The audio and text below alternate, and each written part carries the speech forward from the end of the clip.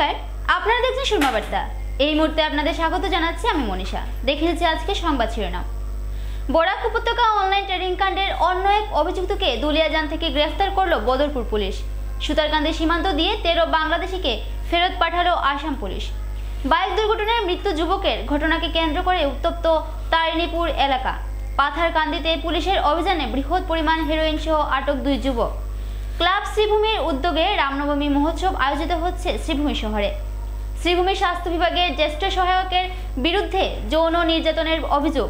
তদন্ত চলতে থাকা অবস্থায় ছুটি নিয়ে পলাতক অভিযুক্ত শাহাবুদ্দিন। শিলচর এনআইটিতে ছাত্রীকে যৌন নির্যাতন সহকারী অধ্যাপকের। উত্তপ্ত এনআইটি চত্বর, নিলম্বন অভিযুক্ত অধ্যাপক। ইগল ক্লাবের উদ্যোগে শীতলা পূজার আয়োজন রেলওয়ে নিউ কলোনি এলাকায়।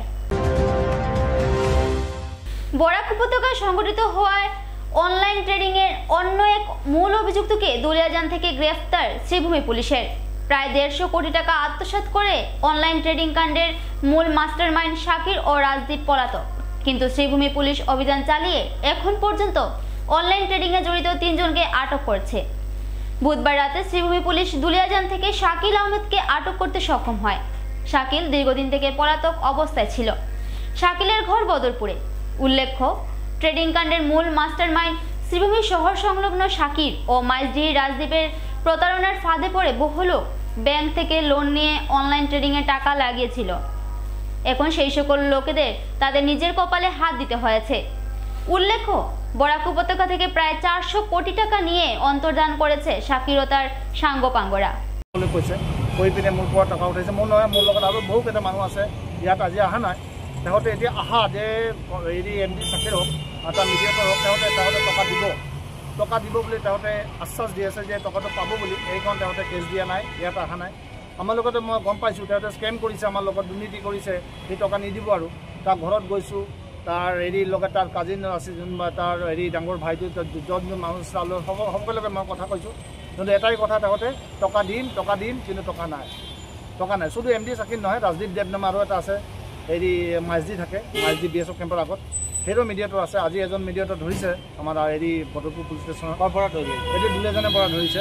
নামটো কি আছে? এইটো নাম আছে শাকিল আহমেদ বুলি। তো পুৰা সি ৰাজদীপৰ আণ্ডাৰত লৈছে। নেট এবাউট 3 to 3.5 CR হ'ব। আৰু শাকিৰ আমাৰ বদৰপুৰৰ পৰা 30 to 35 CR মানে উদ্যোগ হেৰি কৰিছে, কালেকশ্যন কৰিছে। 32 কৰোৰ, 30 to 35 কৰোৰ, 30 কৰোৰৰ পৰা 35 কৰোৰ টকা বদৰপুৰৰ পৰা কালেকশ্যন কৰিছে। আপোনাৰ নামটো কি? মোৰ নাম কাটি।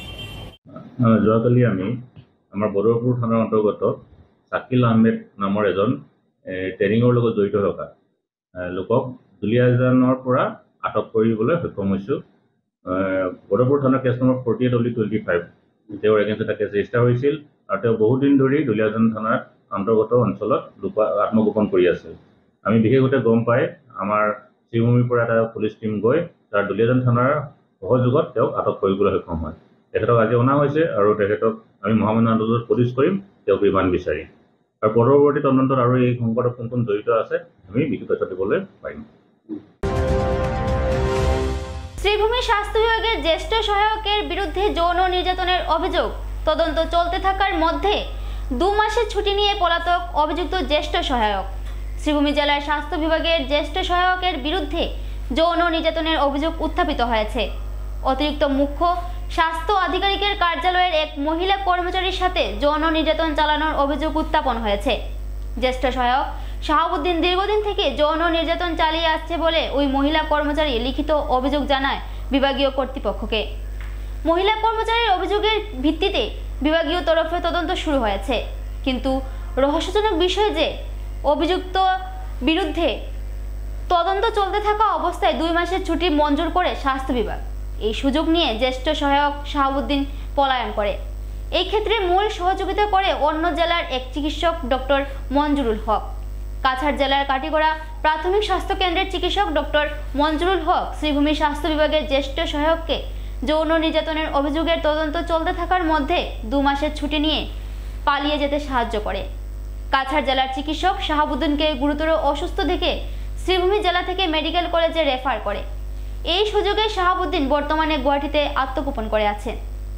এই অভিযুক্ত শাহাবুদ্দিনের বিরুদ্ধে শিক্ষাগত যোগ্যতা নিয়েও নানান প্রশ্ন উঠেছে। অভিযুক্ত শাহাবুদ্দিন স্বাস্থ্য বিভাগ তথা নিজ বিভাগের এক কনিষ্ঠ মহিলা কর্মীকে দীর্ঘদিন থেকে যৌন নির্যাতন চালিয়ে আসছিল।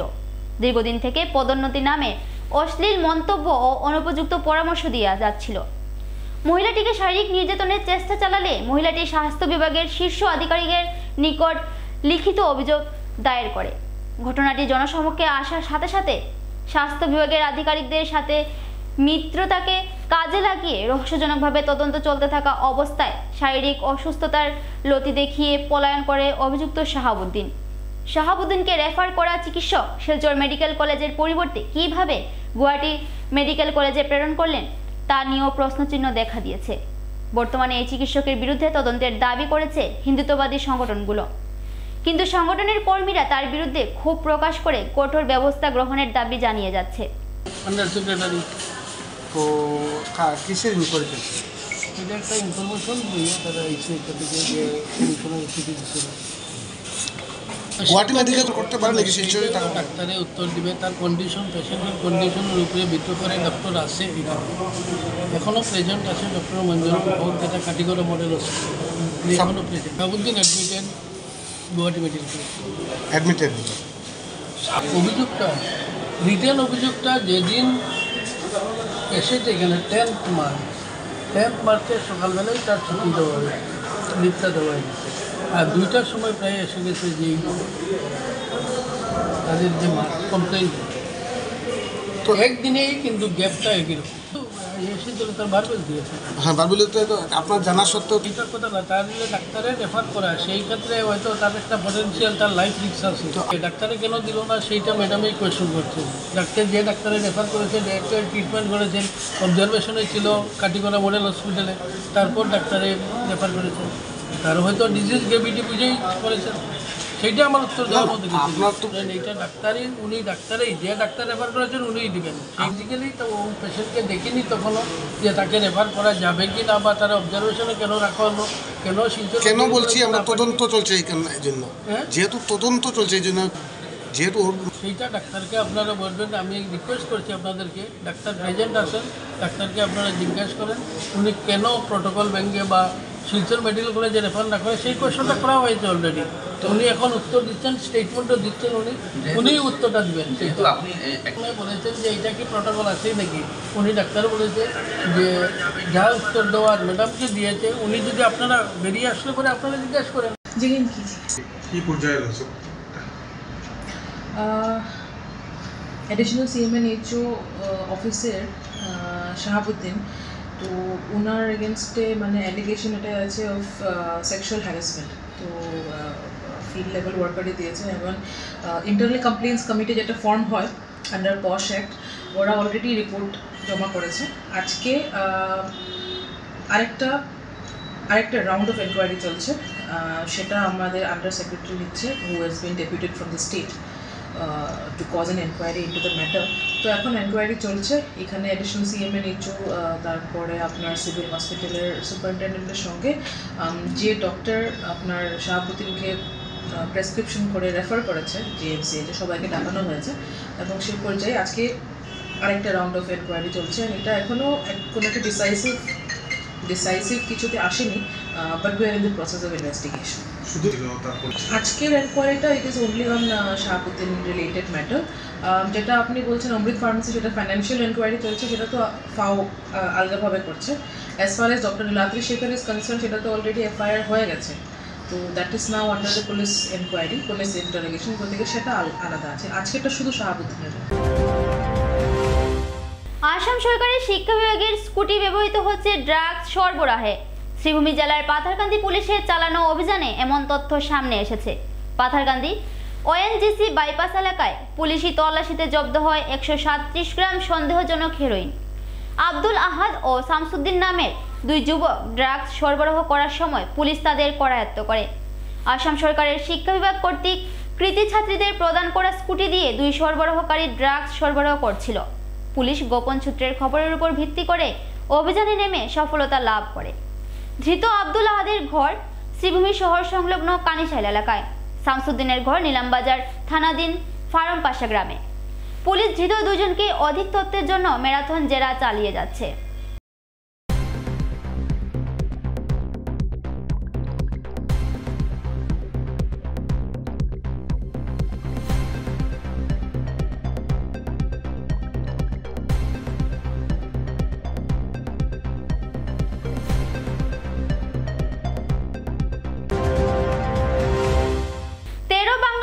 সুতারকান্দি সীমান্ত দিয়ে ফেরত পাঠালো আসাম পুলিশ।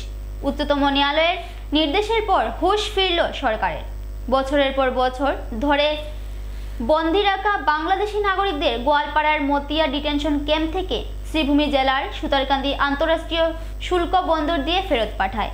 একসাথে 13 বাংলাদেশিকে শ্রীভূমি সীমান্ত পুলিশের সহকারী পরিদর্শক MNK সিনহা, সিলেট জেলার বিয়ানীবাজার থানার SI মোফাকারুল হকের হাতে সমঝে দেয়।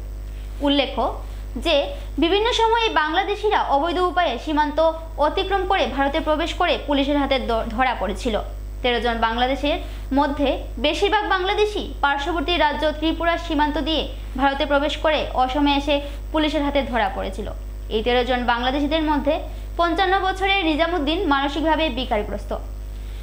কোন সীমান্ত দিয়ে কিভাবে সে ভারতে প্রবেশ করেছিল সে বিষয়ে সব বিস্তারে জানা যায়নি।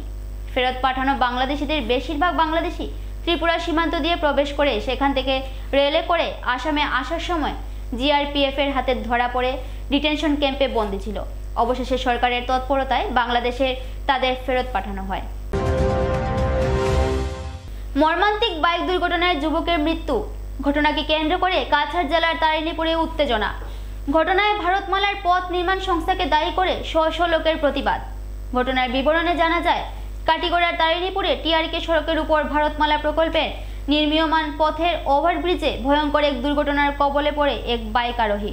বাইক চালিয়ে যাওয়ার সময় এক যুবক নির্মীয়মান ওভারব্রিজে গিয়ে সজোরে ধাক্কা মারে, ফলে গুরুতর আহত হয় যুবকটি। ঘটনার পর স্থানীয় লোকরা তাকে উদ্ধার করে স্থানীয় হাসপাতালে নিয়ে গেলেও কর্তব্যরত চিকিৎসকরা যুবকটিকে মৃত বলে ঘোষণা করেন। ঘটনার পর এলাকায় তীব্র উত্তেজনার সৃষ্টি হয়। শহ লোক বেরিয়ে এসে ভারতমালার পথ নির্মাণ সংস্থা ঝন্টু কনস্ট্রাকশনকে দুর্ঘটনার জন্য দায়ী করে নির্মাণ সংস্থার কার্যালয় ঘেরাও করে পরিস্থিতি উত্তপ্ত করে তোলে। স্থানীয় লোকের অভিযোগ, নির্মীয়মান ওই পথের ওভারব্রিজের স্থানে নেই কোনো ব্যারিকেড, নেই কোনো আলোর ব্যবস্থা, যার ফলে ভয়ঙ্কর এই দুর্ঘটনা সংঘটিত হয়ে এক যুবকের মৃত্যু হয়েছে। এদিকে ঘটনার খবর পেয়ে বিশাল পুলিশ বাহিনী ঘটনাস্থলে উপস্থিত হয়।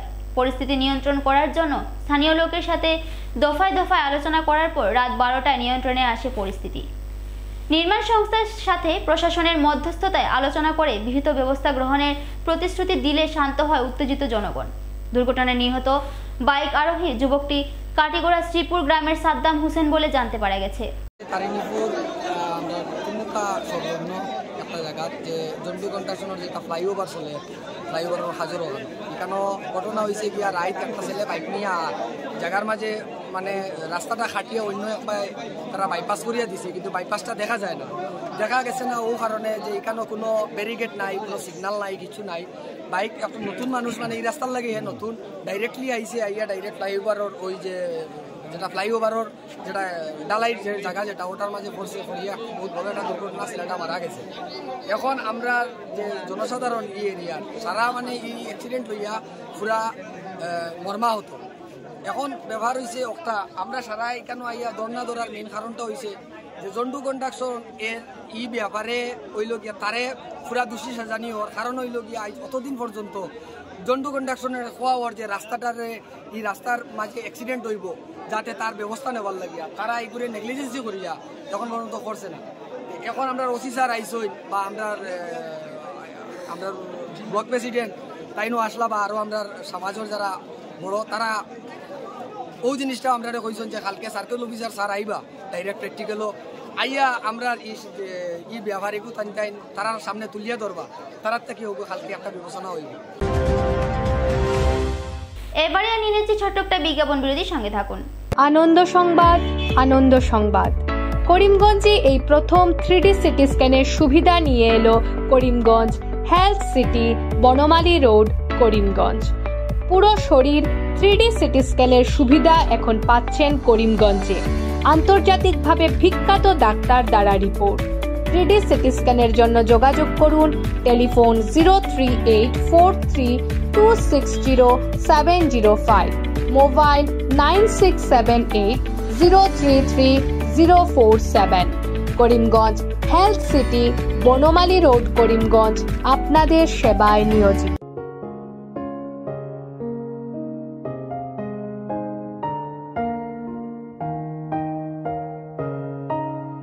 চিকিৎসা চিকিৎসা সেবায় নতুনত্ব নিয়ে হাজির নিউ লাইফলাইন হাসপাতাল। অত্যাধুনিক প্রযুক্তিতে এখানে pinhole surgery, gallbladder, appendix surgery করা হয়। শিলচর মেডিকেল কলেজের সার্জারি বিভাগের অতিরিক্ত প্রফেসর ডক্টর RC শ্যাম সার্জারিগুলি করবেন। তাছাড়া তিনি প্রতি শনিবার বিকেল 3টে থেকে OPD-তে রোগী দেখবেন। রয়েছেন শিশুরোগ বিশেষজ্ঞ ডাক্তার গুলজার হোসেনও।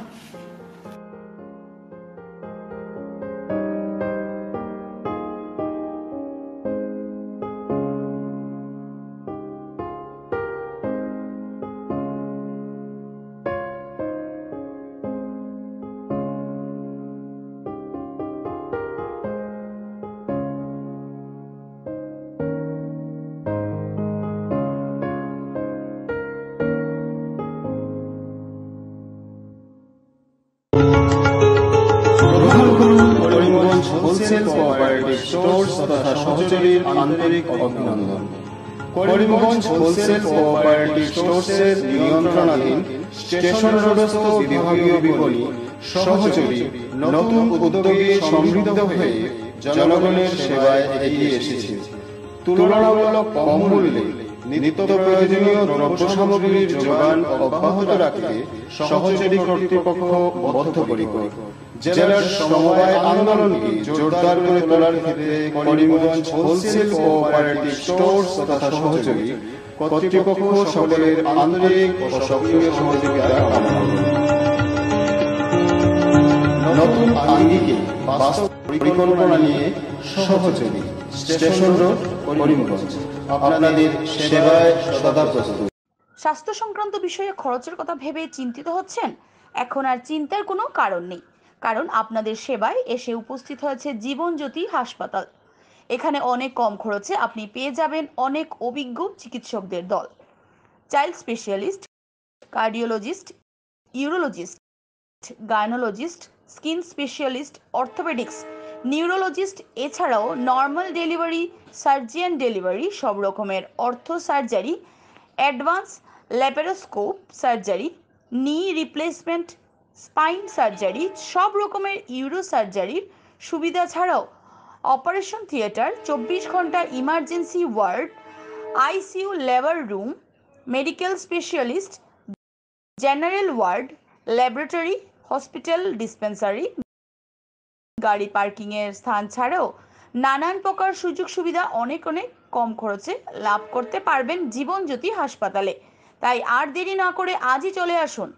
যোগাযোগের নম্বর 7637062954, 8638048459।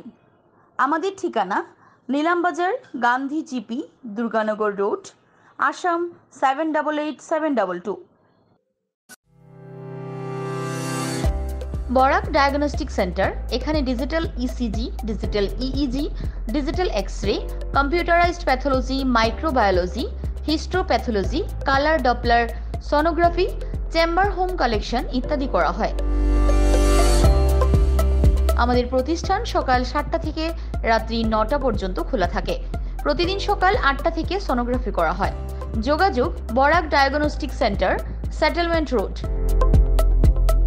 যোগাযোগের নম্বর 03843273151, 7086376822, 9401325290।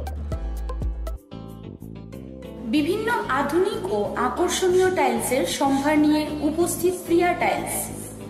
আপনার ঘরকে অতি সুন্দরভাবে সাজিয়ে তুলতে আজই আমাদের দোকানে চলে আসুন এবং নিয়ে যান অত্যাধুনিক টাইলস। আপনার পছন্দের সব ধরনের টাইলস আমাদের এখানে উপলব্ধ রয়েছে।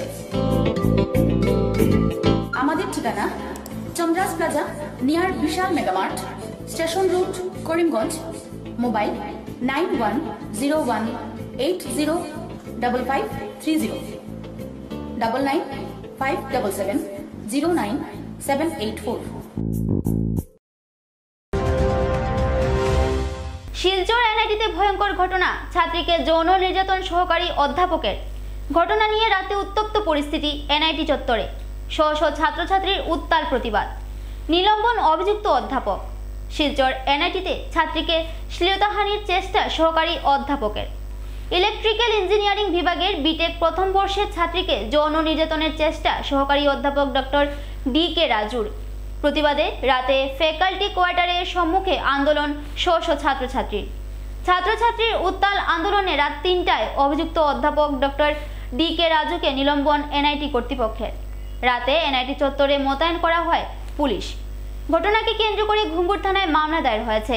অভিযোগ মতে ইলেকট্রিক্যাল ইঞ্জিনিয়ারিং বিভাগের প্রথম বর্ষের এক ছাত্রীকে যৌন নির্যাতন চালায় বিভাগের সহকারী অধ্যাপক ডক্টর ডি.কে. রাজু।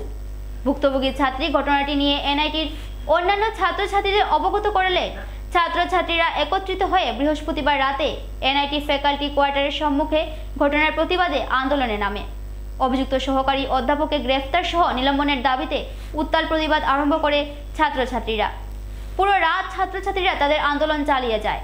ছাত্রছাত্রীদের উত্তাল প্রতিবাদে বাধ্য হয়ে রাত 3টার সময় অভিযুক্ত অধ্যাপককে নিলম্বনের নির্দেশ দেয় এনআইটি কর্তৃপক্ষ। তারপর আন্দোলন সাময়িকভাবে প্রত্যাহার করে ছাত্রছাত্রীরা। অভিযুক্ত অধ্যাপককে গ্রেফতারের দাবিতে ফের আন্দোলনের হুঙ্কার দেয় প্রতিবাদী ছাত্রছাত্রীরা। সহকারী অধ্যাপক ডক্টর ডি.কে. রাজুর বিরুদ্ধে ঘুঙুর থানায় মামলা দায়ের করা হয়েছে। ইগল ক্লাবের উদ্যোগে শীতলা পূজার আয়োজন রেলওয়ে নিউ কলোনি এলাকায়। সরিষা রেলওয়ে নিউ কলোনি এলাকার শীতলা মন্দিরের শীতলা পুজো এবছর ৬২তম বর্ষে পা দিয়েছে।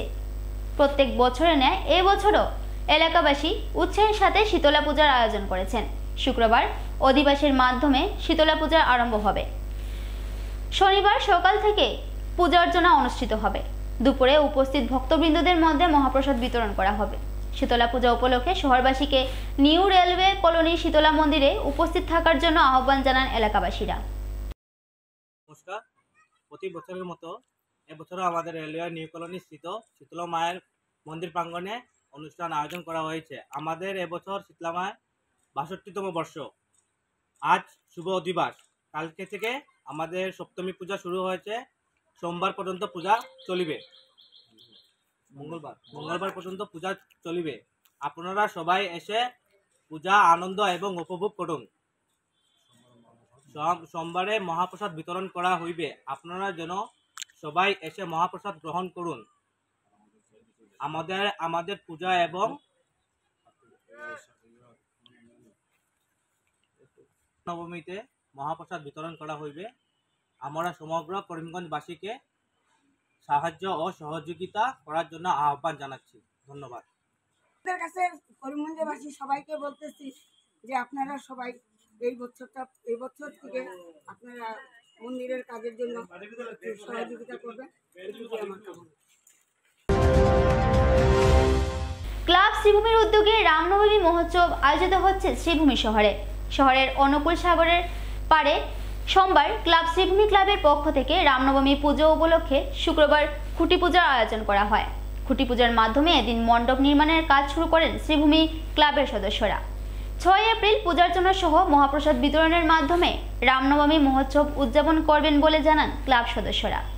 রামনবমী মহোৎসবে সমস্ত শ্রীভূমিবাসীকে ক্লাব শ্রীভূমিতে রামলাল্লার পূজায় আসার আহ্বান জানান ক্লাবের সদস্যরা।